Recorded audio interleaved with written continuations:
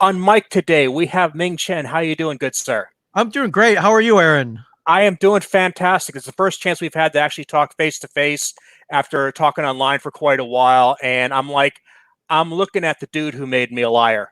I really am. Because How? What do you mean by that? I'm saying I spent years saying I don't like watching reality TV shows. And then this show called Comic Book Men comes out. And I'm like, okay, I dig this. I like this. Which is so weird. I remember the first time the first message Kevin Smith sent me, indicating that a show was even in the realm of possibility. I was at a screening for Red State, his movie Red State. He was showing it to, I don't know, I was up in New York City and I had the only DVD copy of it. And what he charged me to do was he wanted me to take it up to this building in New York, and I had to watch it with a bunch of executives or something, and I had to make sure that they didn't steal the DVD and bootleg it. That was my job, was to make sure that it didn't get scrolled off to some, I guess Asian replication plant. Because it was at the time the only copy they had on DVD, so I literally had to sit with them and watch it. And while I was with them, I get a text from Kevin. He was like, "Hey, we got something going on here. This is gonna sound really weird, but they want to shoot a reality show at Jay and Silent Bob's Secret Stash, his comic book shop." And I'm like, "Oh, that could be cool. It's got a cool backdrop. It's got a lot of history. Obviously, they're gonna put you in it." And he's like, "No. Well, they're gonna do all that, but they want you and Walt and Brian and Mike to be in it too." And I'm like, "Why would they want that? We're a bunch of knuckleheads. We don't act. We don't belong on TV. We're ugly. We're old. We have nothing interesting that anybody would want to hear or say." He's like, I was like, "This isn't a joke." I'm like, "Are you sure? Because you've been smoking a lot of weed, and and you might be on some kind of wacky strain that we don't get out here in New Jersey." He's like, "No. Stay tuned. I'll hit you up with more details." And then after that, all of a sudden, a crew rolls in to shoot like a pilot episode, and then all of a sudden he's like, Kevin's like, "Congratulations, you're gonna be a reality TV star." And then we shoot one season, which led to two, which led to seven. Pretty crazy. So, so for anybody asking, like, "How did you get into this?" I'm like, "I don't really know. It just happened." And that kind of is your whole career in a nutshell, at least when it comes to Kevin, is that you started out as a webmaster, making a fan site, and then it's spitballed into all sorts of stuff. I'm just amazed because this is, I think, the future. People are going to be like, they don't have to become great actors or great artists to get involved in creativity. Even if it's not a movie, it can be something. The tools are there for us. Yeah, I've always thought everybody was interesting. Everybody's got some kind of weird story. Everybody's got some kind of wacky experience that they can relate to other people. And you don't have to look like Brad Pitt anymore to be a star. Thankfully. Yeah, you don't. Yeah, thankfully. You don't have to have. You don't have to be able to dunk a basketball like Michael Jordan. Talent. Vast talent is great, and God bless them. Those people get paid a lot of money. But you could also get the guy who plays video games really well. He could be a star. You could get the guy who does some kind of wacky stunt online and throws it up on YouTube. That guy can be a star. You can lip sync really well. You can. It's I think I think Kevin said it best. He's like, for most things out there, you don't even really need true talent. You just got to get it out there somehow. And prior to all this, there would be 10, 15, 20 years ago, there was no podcasting, there was no YouTube, there was no Facebook Live. So getting that kind of exposure wasn't available back then. And now it's there. You can literally press a button and get yourself online. You can press a button and get yourself on YouTube. So I say do it. Even if you don't think anybody will be interested in it, you may find that audience for sure. And the great thing about podcasting specifically, but also about a lot of the things you mentioned, is that you self-select your audience. If you decide you want to tell stories about my dog, maybe only 0.1% of the people in the world are going to care about it, but they will find you because you're making the content they want. Yeah, for sure. And I love that kind of focus. So we were in a podcast studio, and one of the first question we always get is like, "Well, how do I make money doing this?" And that's a whole nother ball of wax. But second one is like, "Hey, is my topic too obscure? What if I only get like 10 people listening, or what if I don't reach a wide audience, or is this too niche? I'm like, no, no, no. Those are the people that you want, because those are the people that are really into what you're talking about, Mhm. and you're going to be able to focus on them, and they're going to be so into what you're saying because they're into it too. That that you're they'll be more apt to listen than the casual person who's like, oh, what's this? I've never heard of underwater basket weaving. Or you may get them in, that casual person. You never know. But you'll never know unless you put it out there. So that's just the toughest part, is actually starting, of course, getting it recorded and then being consistent about it. And I love that. I was like, listen, numbers are great. Of course you want 1 million people to listen to your podcast, as soon as you launch it. But if you get those, 10 or 20 or 12 or whatever people who really, really agree with you and are really, really, really also into what you're saying, I say that's even better. Agreed. And just a great example would be how you kind of became the breakout star of Comic Book Men. And just because you were kind of the one that nobody really pegged for being the personality, I would say. I mean, Walt and Brian, they're the jokesters. They have the abrasiveness almost. Like Ming, he's kind of in the background. And then like everybody glommed onto you. And I would say the Donkey Kong story pulled on a lot of people's heartstrings. Yeah, there was a story. I ended up buying a tabletop Donkey Kong machine, the cocktail table, which I love the stand up machines, but the cocktail tables always reminded me of like the bowling alleys and bars. They had them in a lot of bars because you could set your cocktail or your drink on top of them. But yeah, when I was a kid, I was entranced by arcades. Like, how could you not be with all the music, the flashing lights, the gameplay, and the characters, like everything about arcades entranced me, except that I didn't have any money to play stand-up arcade games. I didn't have two quarters to rub together, much less one, which would have let me played a game. But and my parents were like, nope, these are a waste of money. These will rot your brain. These are evil. You're not you're not going to play any of these games. But one day my dad relented. He gave me a quarter to play Donkey Kong. And if you've ever played the game, or if you've played it lately, it's a hard game. Mm-hmm. It's hard. And so, I think I was 6 or 7, put that quarter in, lost immediately. And my dad used it as a character building lesson to be learned. Then go and see, what'd you get back for that quarter? Nothing. Nothing. These are a waste of money. I hope you learned your lesson. And I guess he thought maybe I would never play a video game again after that. But the exact opposite happened. I became even more fascinated with them. I wanted it more. You always want what you can't have, and video games were one of those, which I think is why I love them so much now. So what do you game on? So I started with the Atari 2600. My life was ruled by a black plastic joystick with one orange button, which I think is still all you need. Now with the force feedback, like 16 button Xbox and PlayStation 4 controllers with the touch screens and everything, I think too complicated, man. But I went from that, got really obsessed with the 8-bit Nintendo NES system for a long time. I had a Super Nintendo, the N64, went through several PlayStations. The problem now that I'm older is I've got all the systems, but I don't really have them. My 12-year-old son has them in his bedroom, and I can't get him away from him. So I want to play this Final Fantasy VII remake. I want to play Destiny 2. I want to play Overwatch, but he's got the systems now. So I don't know. What do I do? Like, do I buy another one? They're so expensive. I'm conflicted. And then, real quick, do I go and challenge him? Because I know I'm going to lose to a 12-year-old. So it's tough, man. Yeah, I think probably my game, like I said in some last podcast too, the Switch is the wonderful thing.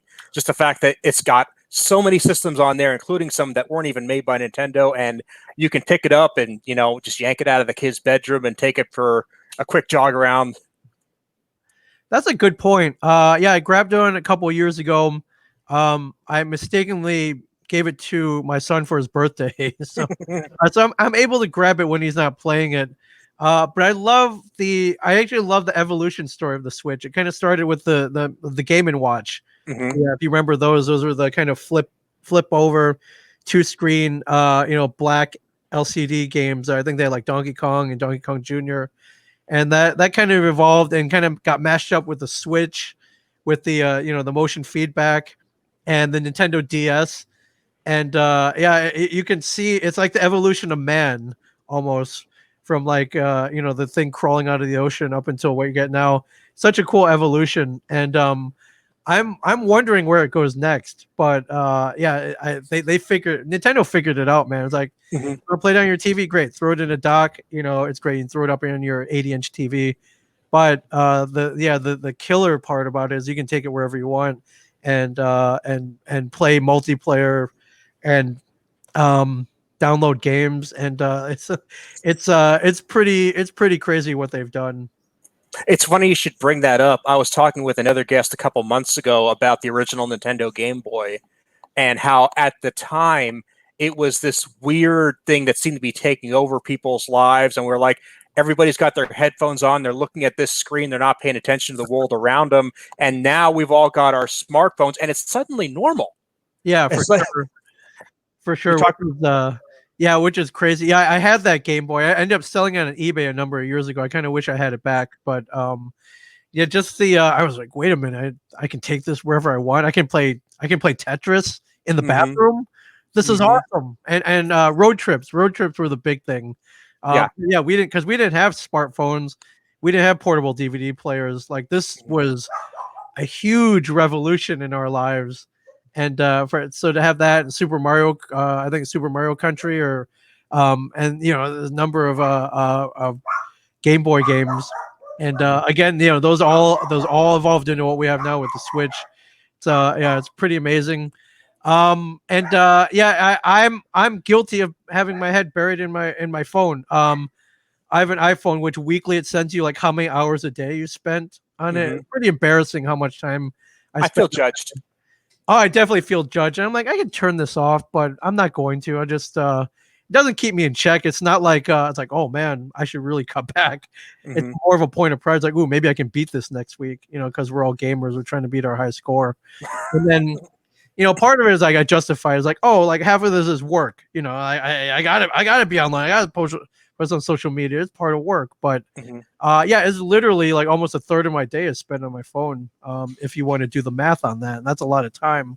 But on the flip side of that, when we started the podcast studio, we try to insist on everybody coming to the studio and podcasting face to face. And there are a couple of philosophies behind that. One was everyone's buried in their phones, everyone's texting, no one really sees each other anymore. It's like, let's get everybody back together, and even for an hour a week, to record their shows face to face. And I thought that'd be one way to bring people together. The other thing was like, it's hard to make fun of people through a computer screen. I prefer to make fun of Mike Zapsik in person. It's just it's a lot easier, busting balls and making fun of your friends in person. So I prefer to do that. And so it's interesting now that we're not allowed to be within 6 feet of each other. And so that kind of philosophy of the podcast studio we had to put on hold. But luckily, not everybody could come down to the studio. So we did do a lot of remote shows while we were open and before the pandemic. However, at least one person would be in the studio, and we would dial the other person, on our TV through Skype or Facebook or Zoom or StreamYard or whatever. So I had my doubts as to, well, if I connect both people online, would it work? Would the sound quality be there? Would it be difficult to convey messages? Could you make fun of each other through a computer screen? And we learned pretty quickly it's you can definitely make fun of people through a computer screen, and it's almost as good. So, yeah, I mean, we still try to get people. When this is all over, I'm still going to insist people try to come down to the studio and be with each other. It's also opened up a whole new business model where, if you're in California or London or wherever, you can't come to the studio, we can still help you launch podcasts. It's been pretty fun. I could definitely see that. One of the things I really wanted to do with this show, and I did a few of them. I did all my shows live. I wanted to do all my shows live. That ended up not being practical because of geography. So I made the choice to at least do Skype when I had to, and it's opened up a whole world. But I love the in-person aspect of it. There's a whole more energy to it. Oh yeah, it's everything from whether it be at the studio, we started recording in the back of the comic book shop. Mm-hmm. And so every time we would have guests. So when that guest would walk through the door, and immediately we're like, "Hey, whoa, thanks for coming down." Sometimes you would try to launch into a story or an experience that you shared together. If it was somebody that you knew, or if it was somebody that you didn't know coming down to be a guest, or that be that kind of nervous energy as you met for the first time. And I agree. And sitting down with someone like nothing's going to replicate that. No. If I ever get to that level and I have to interview people, I'm not going to do it through this. I'm going to make them come down and do it. My analogy is, this is fun, but if I go to a bar, I want to be with other people. Like I'm not having a drink with you through a computer screen. It's not. Right. It's just not the same. And and hopefully we can get back to that point where we can be together without fear of illness or death or whatever. And I think people appreciate that. I think our podcasters appreciate that. I was like, hey, you got a guess? Have them come down. We're centrally located. If they're not that far up, have them come down. We'll set them up. We have a kegerator if they want a beer, and let's make this a whole, like a kind of like a hanging out experience as well as a podcast recording. So, technical question: when you're setting up a podcast studio, sound control is crucial. Yes. And yet, the refrigerator, does that make too much background noise? Is it one of those things that, because I know the need to have a beer, but so I have a couple of philosophies about that. So at one point we needed a mini fridge for the studio. Went on Facebook Marketplace. I bought a used one. Didn't really think anything of it until I plugged it in, and that hum was distracting. It bled over. I had it in a whole nother room, but it was so loud that it was starting to bleed into the recordings. So at first I would unplug it when we were recording and then plug it back in, but then I would forget to unplug it, whatever. It became a whole mess. I ended up getting rid of it. So that was a pain in the butt. But I think for most of our podcasts are conversational. So it's as if we were sitting at a bar and having a conversation and having it recorded. So some sounds actually enhance the experience, in my opinion. If you can hear someone pulling a beer tap and that beer hitting the glass, or even the as you're opening a beer and you're talking about beer, that definitely enhances it. But our studio's we got some cheap office space in a office building. It's a 5-story office building. So occasionally, you will hear noises, people maybe being loud out in the hallway, things like that. That does kill me.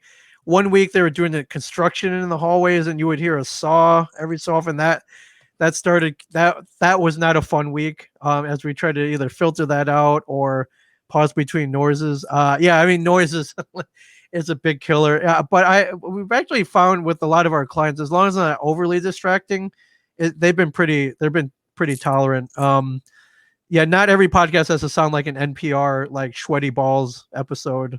And so a little bit is actually somewhat tolerable, but and then there are if you edit with, say, like a Adobe Audition, there are ways to filter things out, like maybe not 100%, but there's some pretty good tools if you put in the work, and you can filter some things out. But for any podcasters out there, they're always like, hey man, what would you spend the most money on gear wise? You spend it on the board, on a computer. I'm like, get a great mic. Get a decent mic.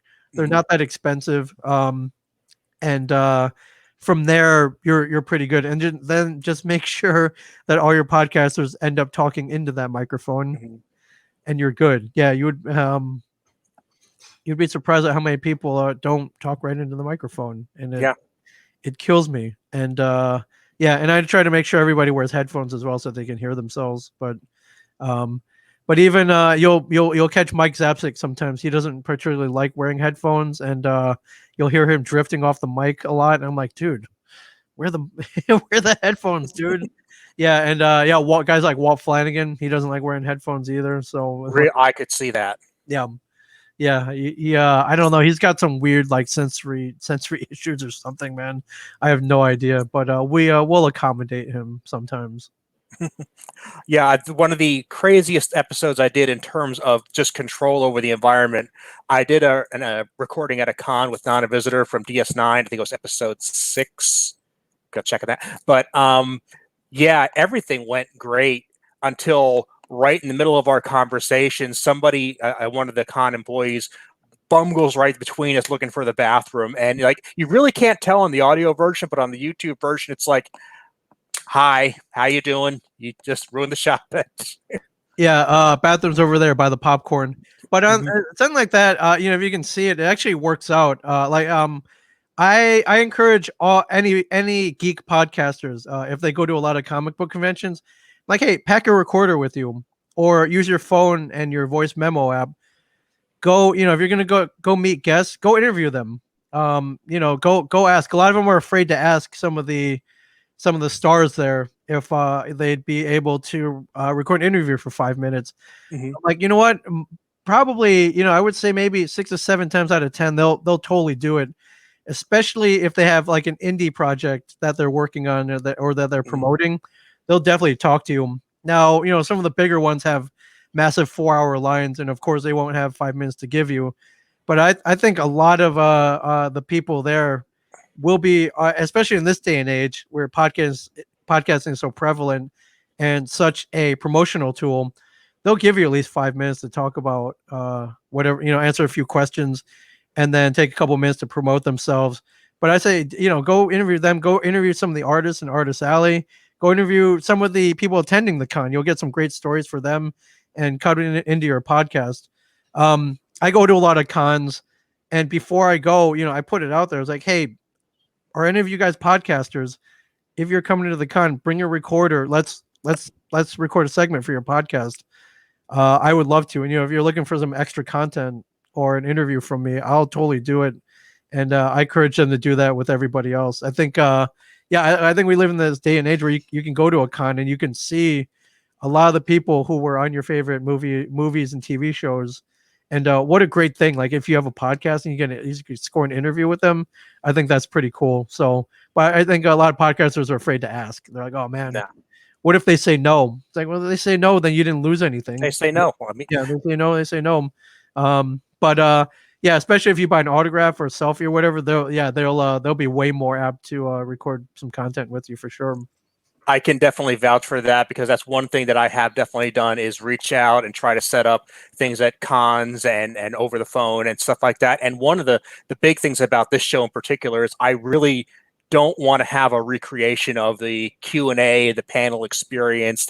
There's plenty of places you can go for Yeah, that. I'm about, let's talk about creativity. Let's talk about your motivation. Let's talk about anything other than maybe the reason you're sitting at that table. yeah, right. It's like, hey, what's your favorite restaurant? Where are you Mhm. getting drunk tonight? Like Mhm. you're stuck in this concrete box for 8 hours. What are you gonna do after this? Things like that. Or what do you do when you're not acting? Are you out shooting targets? Are you out doing archery? Are you like Mhm. what are you really into? I know acting's your job. Like, what are you really into? What are you doing? Yeah. Not doing all that. I think those stories are way more interesting, and I think people love to talk about stuff like that. So Mhm. pretty awesome. And if you give them the chance to have those conversations, to tell those stories instead of what was your favorite episode Right. or What was it like working with William Shatner? Like, yeah, they've answered those questions a million times. So yeah, it's like that and that's fine that's a good question, but let's get some engaged in something that maybe they want to talk about that, yeah. that you don't know they want to talk about. Yeah, for sure. And I love most cons they book people who are very outgoing, talkative, like they know why they're there. So Hmm. I think they would love to engage you in a conversation, especially if it's recorded, and then if it gets distributed, then they're like, "Hey, can I plug this indie movie that I wrote and directed that no Hmm. one's seen yet or it might be coming out?" And it's not unheard of nowadays that most of the talent or guests over at a Comic-Con, they have their own podcast, so they know what it's like to try to get content. They know, the kind of the struggle it is to, line up interviews or score interviews, and just getting interesting content for each episode. So they'll be way into being on your show for sure. Yeah, I like guys like Michael Rosenbaum from Smallville. He's got a great podcast. Guys like Kevin Smith. I think almost everybody has at least been on a podcast or started one. Yeah, it's now the media to have, because there's no gatekeepers. You can get it right out to the audience, and that's a huge boon. It really is. Yeah, I love that. I remember Kevin. He was on the set of a movie when he first heard about podcasting, and I remember I think he documented this. He asked somebody who could explain it to him, and I think Kevin was like, "Wait a minute, I can swear on these?" They're like, "Yeah," and I can go as long as I want. They're like, "Yeah," and this is kind of like this gets distributed to other people. It's kind of like a radio show. It's like, oh no, it's better than that. It gets distributed to the world. Radio show only hits that one radius that the waves go to. Podcast can go way beyond that and go around the world. And I think he was hooked immediately. And I've been encouraging people. I mean, if you download it from my RSS feed or on iTunes or something, that's great. I love you for it. But if it's like you want to burn it on a CD and give it to your friend, or, I don't care how you send this out. That's not in my control, and I don't want it to be in my control. Yeah. It's funny you bring that up. We had one podcast client. They're like, hey, I just recorded my episode. Can you give me a copy? I'm like, yeah, you have a USB drive, or I can Dropbox it to you. They're like, hey, can I have a CD? Can I get a CD copy? I was like, oh man, like I hadn't burned a CD in maybe 10 years. If and that's conservative. So I'm like, oh man. So I dug around, I found an old computer with a CD burner in it. And I was like, hey, if you can find some CDs somewhere and grab them, I'll definitely burn your episode onto a CD. And I think she found them in a dusty corner over at Best Buy. I think there was some unknown corner of Best Buy where they had CDRs still laying around, and I was able to burn her episode on there for you. But yeah, that was a weird experience. I was like, man, I don't even remember how to do this, so it's crazy. I wouldn't say I do it a lot, but it's a skill I haven't given up just yet, because there are times it's just the tool for the job. Yeah, I mean, say what you want about streaming and binge watching and all that, and releasing every episode in one day, but there's something to be said about tangibility and physical media as well. So that's cool. Yeah, it's very cool. And what I keep telling people is, yeah, it's nice that you have your Netflix and it's $12 a month or whatever they're charging these days. But when that contract changes, that show goes away. If you really like that show, get it on a physical disc somewhere, because then it's yours for life. Yeah, for sure. And surprisingly, a lot of stuff is not available on streaming, or any streaming format or any on-demand format. The only way you can get it is to find a DVD of it, either at Walmart or in a bargain bin or on eBay. But yeah, even Dogma, Kevin's movie Dogma, went out of print on DVD for a while and was not streaming anywhere. And as such, that those DVD copies kind of shot up in value for a little bit until they re-released it. But yeah, there are things. The Christian Slater movie, Pump Up the Volume, which inspired podcasting for me, is not available streaming anywhere. I don't think I've ever seen it streamed anywhere, and I had to go out and get a DVD copy of it, which and it was fun though. We're collectors, so we had to go hunt it. I had to hunt it down. I'm like, all right, do I get it on eBay, or should I go to store and maybe try to hunt for it, just see if I can find it in the wild? Like, it became a game almost. It was pretty cool. And it's interesting that we're talking about, because we go on hunts, and especially at conventions and stuff, you'll find all sorts of oddball items. You started off talking about protecting the DVD of the original Comic Book Men pilot, and as well as I do, there's always that table off in the corner of the convention with stuff that's been bootlegged and back. And did you feel like there was a conflict there? I was like, man, I've become the enemy almost. Interesting that you bring that up. So going to cons, I was always a fan of the bootleg table. So where else were you going to get your copy of the Star Wars Holiday Special, the Roger Corman Fantastic Four movie, the unseen, unaired Justice League pilot for CBS? For the longest time, the 66 Batman series was not available anywhere. There was a whole rights issue between the three companies that owned the Batman TV series. I mean, literally up until maybe 8-10 years ago, maybe not even that long, you could not get that anywhere except on a bootleg table at a Comic-Con. So there, for a while, Thundercats wasn't available on DVD. There was so much of our childhood that was not available in any media unless you taped it off TV. Luckily, some people did.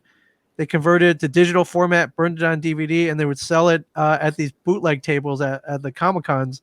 And those were one of the first tables I would go to first, for sure, to see if they had something that I didn't have in my collection. And especially, and if you were a geek, a comic book geek, those tables were like, they had so many treasures. Old 60s Marvel kind of motion animation cartoons were on there. The old Spider-Man cartoons were at the bootleg tables. Those the amount of happiness and wonder as you would go to the bootleg table was awesome. Now these were bootlegs, so they were not endorsed by any studio. These were all homemade, and at any point that table could have gotten shut down. Although back in the day, nobody really cared. The bootleg table was a staple of Comic-Cons up until very recently. They started cracking down on them at conventions. The rightful owners had hired lawyers and kind of rained down the thunder on the people who threw the Comic-Cons, going, if you have booths selling copyrighted material, we will shut you down. We will shut them down. We'll shut down your family. Like they rain fire on these guys. So you don't see them so much anymore. Although every so often you will catch one. But I remember though, one day I was at the store and Walt Flanagan was like, "Hey, I have a VHS copy of the $6 Million Man episodes where he fights Bigfoot. Do you think you could convert those to DVD and make me a copy?" Like, yeah, I bet I could do that. So I went from VHS to digital, burned down to a DVD, and they had the DVDs and they were silver and they were kind of plain looking. And I was like, hey, what if I made up some artwork for this? I'll do like some DVD slipcase art. I'll make a sticker for the DVD. I'll make it look like it's real. So I did that and I gave it to him, and he was so blown away that he was like, hey, do you think you can make more of these? I'm like, why? He's like, I think there'd be other people interested in this. I think, maybe I'll throw one up on the shelf here at the store and sell it. And if somebody wants it, I'll give you a cut. I'm like, all right, yeah, sure. I have all the files already. I had a whole cake box full of writable DVDs. I was like, all right. So I made some, and they flew off the shelves. So once that happened, of course, in a criminal organization, what do you do when you find something that works? You make more of it, and then you expand. So I was like, well, wait, if this works, maybe I'll make copies of the ones I talked about: the Star Wars Holiday Special, Batman 66, the Green Hornet TV show has never been put on DVD. Let's do that. And so all those DVDs I bought off the bootleg table, all of a sudden I was the bootleg table. Although virtually, I never set up a table. I started selling them online, and we were doing fairly well for a while until we started slowly getting shut down. First, there was eBay that came down on us. I think we had one account that got banned for life. And then, finally we got together. We were like, you know what? This store is owned by Kevin Smith, who is a filmmaker.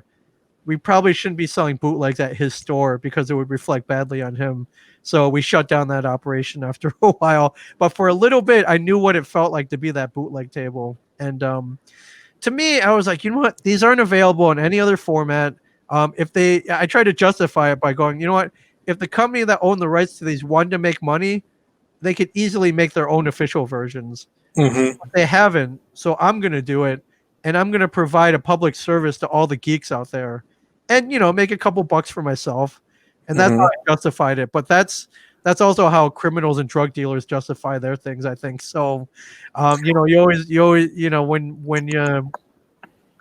you're engaged in something, and not like not like this is as bad as organized crime per se, but it is still illegal. So you always try to justify it. It was a weird thing to get into for a year or so, but as a geek, I understood as well. Yeah, I'm having flashbacks to the story of the Stash versus Toys R Us. That's a whole other story. Yeah, where Yeah, Walt and his crew would buy something, then switch stickers for a cheaper item, and then return it. And the employees there would scan the barcode or whatever, and they wouldn't care, and they would return it, and the store would make a slight profit off of it. That I guess that constitutes some kind of fraud, but they didn't really see it that way. yeah. I mean, at some point, I mean, I agree with you, at least in the scope of things, that I'm a preservationist. I want to make sure that we have some record of these shows that we've had for years and years, because if you and I liked them, somebody else down the road is going to like them too. For example, I mean, there's never been a good release of Muppet Babies on DVD. And that's one that I wouldn't say I've ever bought anything from the bootlegger, but I'm not going to not say that. And if there's anybody out there who knows a good source for Muppet Babies, my email is bossicpodcast@yahoo.com. You may be hearing from us, so I'm not saying that I have one, but hey man, I would be there on every Saturday morning as I believe CBS would play Muppet Babies. So I hear you completely, my friend. And it was so popular, they actually had 2 episodes back to back for a number of years. That show ran for like an ungodly amount of time by Saturday morning cartoon standards. Oh yeah, for sure. And yeah, I mean, I tried to justify it. I was like, why this isn't on a DVD? There's probably some kind of rights issue, and the lawyers have got involved, and they're not, it's money holding this up, and that stinks. And I'm not going to let lawyers rule my life or the fans. So, if I can make another fan happy by replicating this and selling it to them, yeah, that's how I justified it. So it is unfortunate. It's very much a rights issue. There was some sort of software. There was an asset package in the 80s where basically it was like a subscription service for those little movie clips they had. Basically, as long as you paid a certain amount of money to the studio, you could use those clips as much as you wanted. But when that contract expired, suddenly those things were locked away. So those 30 seconds of footage hold the entire episode hostage. Yeah, and they were pretty important to the episode as well. So yeah, although one of my favorite shows, The Wonder Years, got around that. They replaced all the music, if you can believe it, and the music is so integral to pretty much every episode. But that's how they got around it. They replaced the music with kind of filler music or whatever they had the rights to. And there are workarounds, but of course we want us fans. We want the original. We need the original. Han shot first. This is how it started. That's how it was meant to be, and we don't like any kind of change after the fact, for sure. So, yeah. So you're right. If we can preserve that, yeah, the better. So, yeah, even the original aired versions of the Wonder Years are still out there. They're on bootleg format. All were 7 or 8 seasons, but they're out there if you want to kind of risk it and get bootleg copies. They're definitely out there. Not advocating it, but I'm just saying I understand. Yes, exactly. Speaking of understand, you have a lot going on today, and I don't want to keep you too long. But before I let you go, where can people follow your adventures on the internet? Oh, I am not hard to find. So you can follow me personally. I'm on Twitter, Instagram, Facebook. Just started a TikTok account, all that. It is at Ming Chen 37, MINGCHEN 37, and our podcast studio. If you like what you heard between me and Aaron, some very riveting conversation about pop culture and bootleg DVDs, and maybe you want to start your own podcast, find us at ashareduniverse.com. If you're near Jersey, you can come down and podcast at our studios.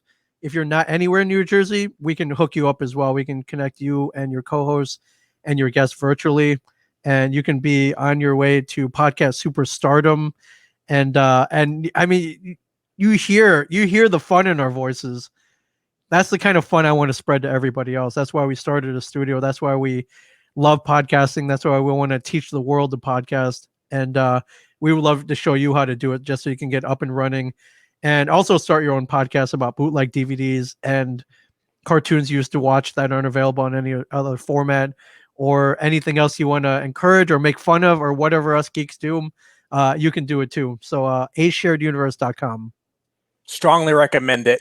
And thank you so much, Ming. I will have all that in the show notes on my website if anybody missed any of it. So thanks so much, and we'll talk to you soon.